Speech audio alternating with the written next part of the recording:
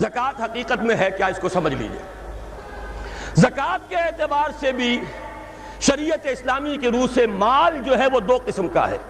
جیسے زمین میں نے عرض کیا دو قسم کی ہے، خراجی عشری، ایسے ہی مال باطنی، اموال باطنی، اموال ظاہری۔ کسی شخص نے گھر میں کچھ پیسہ رکھا ہوا پس انداز کر کے، یہ اموال باطنی ہے۔ کسی نے زیور رکھا ہوا ہے، چلیے سونے کی ڈلی رکھ لی ہے کسی نے، کسی برے وقت کے لیے، پتہ نہیں نوٹ جو ہیں وہ تو دھیلے کے رہ جائیں، جیسے کویتی دینار ہو گیا تھا، کہیں ایسی آفت نہ آ جائے کوئی تھوڑا سا سونا لے کر رکھ لو۔ یہ جو گھر میں چھپا ہوا مال ہے یہ اموال باطنی ہے، ان کی زکوٰۃ اسلامی ریاست نظام خلافت زبردستی نہیں لیتی، ورنہ تو گھر گھر جا کے جامع تلاشی کرنی پڑے گی، ٹرنک کھولنے ہوں گے، تکیے ادھیڑ کر دیکھنے ہوں گے کہیں کچھ رکھا ہوا تو نہیں ہے۔ اسلام کا نظام نظام فطرت ہے۔ اموال باطنہ میں آپ کو آزادی ہے، زکوٰۃ دیں جسے چاہے دے دیں، آپ کا اور اپنے رب کا معاملہ ہے، وہاں حساب جا کے دے دیجیے گا۔ اموال ظاہری کی زکوٰۃ جبرن لی جائے گی۔ وہ کیا ہے؟ یہ مال ہے جو دکانوں میں ہے، اموال تجارت، یہ فیکٹریاں ہیں جن میں فنش پروڈکٹ بھی ہے، خام مال بھی ہے، یہ بھیڑ بکریوں کے گلے ہیں، ہزار ہزار بھیڑیں اور ہزار ہزار بکریاں، اونٹوں کی قطاریں، یہ ہے جو ظاہر مال ہے، سامنے ہے، کہاں چھپا کر لے جائیں گے؟ گودام بھی ہے تو وہ گھر تو نہیں ہے، گودام کی تلاشی ہو سکتی ہے، دکان کا حساب لگایا جا سکتا ہے۔ فیکٹری کے اندر اس کی زمین، اس کی مشین، اس کے ٹولز ایگزمپٹ، اس پر زکوٰۃ نہیں ہے۔ لیکن جو بھی مال ہے اس میں وہ دو شکلوں میں ہوگا، یا خام مال ہے، کپڑا بنانے کا کارخانہ ہے تو دھاگا پڑا ہے اتنے کروڑ کا، تیار کپڑا ہے اتنے کروڑ کا، اس کا 2.5% دے دیجئے۔ مال ہے 5 لاکھ کا، دکان کے اندر 2.5% دے دیجئے، اموال ظاہر ہے۔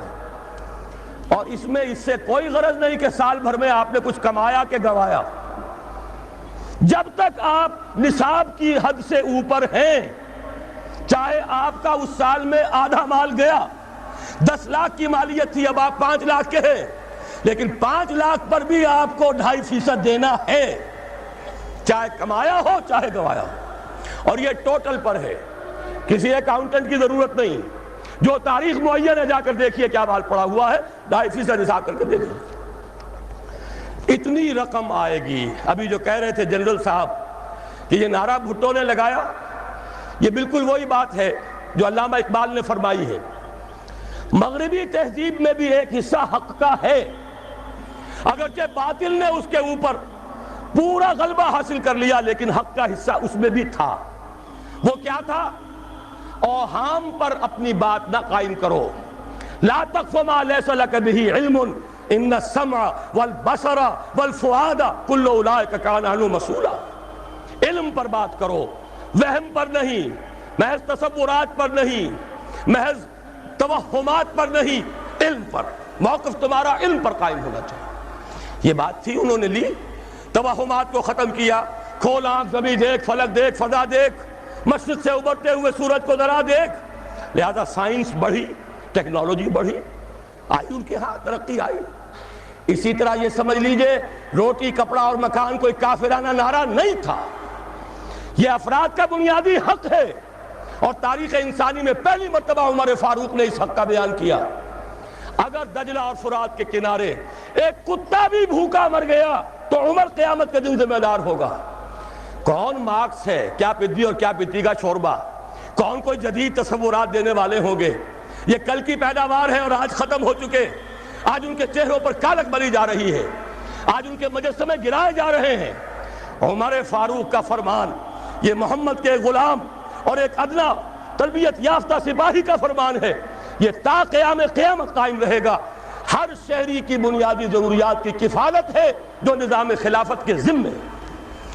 اور اس میں تو جیسا کہ میں نے عرض کیا، اس میں تو حضرت عمر نے مسلمان نہیں کہا،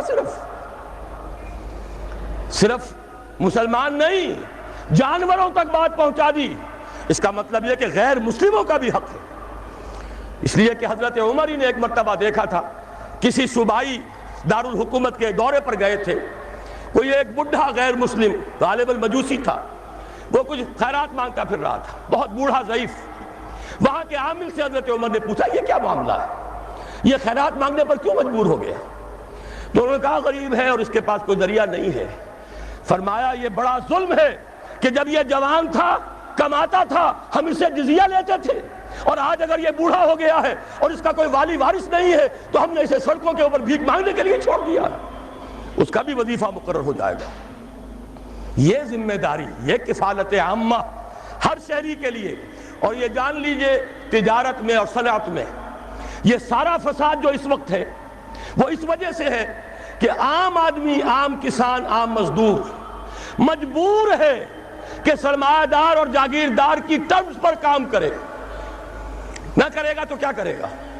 ٹریڈ یونین بنا لیجئے، وہ بھی جیبی ٹریڈ یونین بنا لیں گے، ان کے اپنے ایجنٹ ہوں گے۔ اب لڑیے، خون کس کا جائے گا؟ مزدور ایک دوسرے سے ٹکرائیں گے، کچھ حاصل نہیں۔ اسلام نے کیا نظام دیا ہے؟ آپ غریب کو ضمانت دے دیجئے، اگر تمہیں صحیح ویج نہیں مل رہی، تمہیں صحیح مبادلہ نہیں مل رہا اپنی محنت کا، مت کام کرو، تمہیں بھوکا نہیں مرنے دیا جائے گا، تمہاری بنیادی ضروریات کی کفالت ریاست کرے گی۔ اب ہوئی برابر کی چوٹ۔ اگر کارخانے دار کہہ سکتا ہے کہ اگر آپ کو یہ چیز منظور ہے کام کیجئے ورنہ جائیے، سب مزدور چلے جائیں گے، میں لاک اپ کر دوں گا، کارخانہ بند کر دوں گا، لیکن یہ کہ مزدور اس وقت یہ نہیں کہہ سکتا، وہ تو کہے گا جناب اسی تنخواہ پر کام کروں گا، اس لیے کہ ایک دن کام نہ کرے شاید بچ جائے، 2 دن کام نہ کرے بچ جائے، تیسرے دن فاقہ آئے گا، اس کے پاس کھانے کو نہیں ہے۔ لیکن اگر معلوم ہو میری ریاست خلافت اللہ فی الارض، وہ ضامن ہے، وہ رب العالمین ہے، اور اسی کی رب العالمینی کا یہ مظہر ہے نظام خلافت، رحمت للعالمینی کا سب سے بڑا مظہر محمد رسول اللہ کی یہ نظام خلافت، یہ ضامن ہے، یہ مجھے بھوکا نہیں مرنے دے گا، یہ میرے بچوں کے لیے کوئی نہ کوئی چھت ضرور فراہم کرے گا، تو پھر اس کے پاس بھی بارگیننگ پاور ہے، وہ بھی قدم جما کر بات کرے گا کہ جناب یہ ویج دیتے ہیں تو کام کروں گا ورنہ نہیں کروں گا۔ یہ ہے جو آسان ترین حل ہے۔ باقی یہ کہ جبر کیا تھا روس نے، اس کا حشر دیکھ لیا، اور سرمایہ دارانہ نظام اس وقت تو بڑا خوش ہے، اس کے ڈنکے بج رہے ہیں، اس کی فتح ہو گئی، سب سے بڑا دشمن سرنگو ہے، وہ تو سجدہ کیے ہوئے ہے۔ لیکن یہ کہ واقعہ یہ ہے سرمایہ دارانہ نظام کے اندر جو کنٹرڈکشنز ہیں، جو تضادات ہیں، اب وہ ظاہر ہوں گے۔ جب باہر مقابلہ تھا، اندر کی لڑائی ختم تھی، اب اندر سے فساد ابھرے گا، اندر سے ایکسپلوژن ہوں گے۔ یہ غیر فطری نظام، یہ غیر انسانی نظام، یہ غیر معقول نظام ختم ہو کر رہے گا۔ کاش کہ اس کی جگہ صحیح، معتدل، متوازن، عادلانہ نظام خلافت، اس کا کوئی نمونہ ہم دنیا کے سامنے پیش کر دیں۔